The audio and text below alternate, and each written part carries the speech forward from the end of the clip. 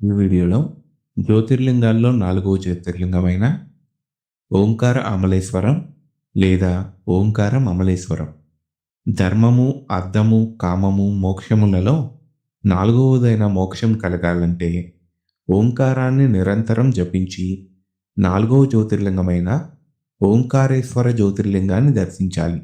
అసలు ఈ జ్యోతిర్లింగం ఆవిర్భవించడానికి కారణం ఏమిటి?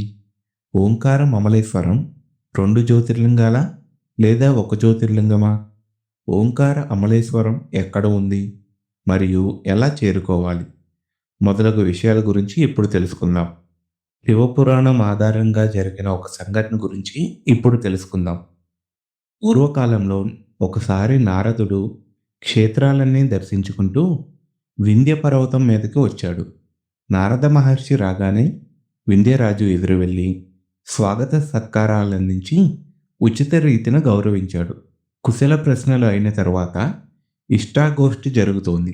ఆ సమయంలో వింధ్యరాజు నారద మహర్షి, మీరు త్రిలోక సంచారులు, మీకు తెలియని విషయం ఏమీ లేదు. నా దగ్గర సమస్త సంపదలు, సకల ధాతువులు, బంగారము, ఇతర లోహాలు గుట్టలు గుట్టలుగా ఉన్నాయి. అటువంటప్పుడు పర్వతాలలో సార్వభౌముడు అని చెప్పదగిన వాడు నేను కాక ఇంకెవరు అన్నాడు. ఆ మాట విని పెద్ద నిట్టూర్పు విడిచాడు నారదుడు. ఆశ్చర్యపోయి వింధ్యరాజు, మహర్షి నిట్టూర్పుకు కారణం ఏమిటి?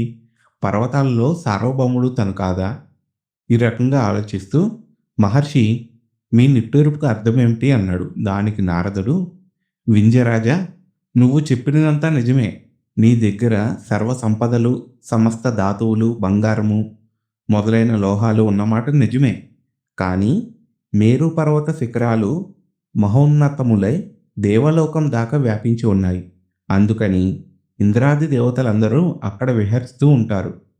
నీకా భాగ్యం లేదు సుమా. అందుకే నాకు ఈ విచారము.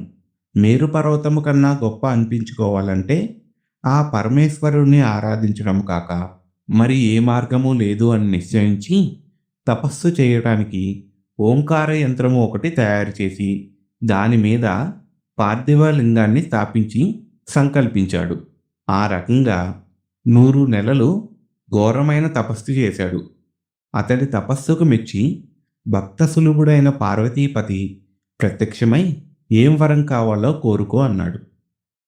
పరమేశ్వర, చంద్రమౌళీశ్వర, పాహిమాం తండ్రి పాహిమాం. నీ కరుణలేశ మాత్రము ఉన్నప్పటికీ నీ భక్తుల కోరికలు పూర్తిగా తీరిపోతాయి. అలాంటిది నువ్వు ప్రసన్నమైనావు. నాకు ఇంకా కావలసినది ఏముంటుంది? అయినప్పటికీ నాదొక చిన్న ప్రార్థన. మేరు శిఖరాలు బాగా పెద్దవిగా దేవతలు విహరించడానికి వీలుగా ఉండటము నాకు భరించలేకుండా ఉన్నది.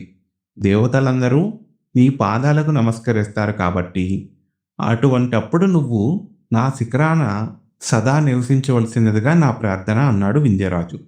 ఆ మాటలు విన్న శంకరుడు భక్తుడైన వింధ్యరాజు కోరిక తీరుస్తానన్నాడు. ఇప్పుడు ఓంకార యంత్రము, పార్థివలింగము 2గా అయిపోయాయి. ఓంకార యంత్రమందు ఉద్భవించినవాడు ఓంకారేశ్వరుడు. అలాగే పార్థివలింగమునందు ఉద్భవించినవాడు అమలేశ్వరుడు. ఇక్కడ నర్మదా నది కూడా 2 పాయలుగా చీలిపోయింది. ఆ 2 పాయల నడుమ ఒక శిఖరం ఉన్నది. ఆ శిఖరం మీద సూర్యవంశపు రాజు మందాత ఓంకార రూపంలో దేవాలయాన్ని కట్టించాడు అంటారు. ఈ ఓంకారలింగాన్ని దర్శించి భక్తితో పూజించిన లేక ఈ కథను శ్రద్ధతో విన్న వాళ్ళకి పునర్జన్మ ఉండదు అనగా మోక్షం పొందుతారని ఆ ఈశ్వరుడు వరమిచ్చాడు. ఇక ఈ జ్యోతిర్లింగానికి ఎలా వెళ్ళాలి అంటే మన తెలుగు రాష్ట్రాల నుంచి ముందుగా ఇండోర్ రైల్వే స్టేషన్కి చేరుకుని అక్కడి నుంచి బస్సు లేదా క్యాబ్ ద్వారా 70 నుంచి 80 కిలోమీటర్ల దూరం ప్రయాణిస్తే ఓంకార క్షేత్రం చేరుకోవచ్చు. దర్శనం టైమింగ్స్ వచ్చేసరికి ఉదయం 5 నుంచి మధ్యాహ్నం 3:30 వరకు, అలాగే సాయంత్రం 4:15 నుంచి రాత్రి 9:30 వరకు టెంపుల్ ఓపెన్ చేసే ఉంటుంది. అలాగే ఈ వీడియో మీకు నచ్చినట్లయితే లైక్ చేయండి, షేర్ చేయండి, సబ్స్క్రైబ్ చేసుకోండి.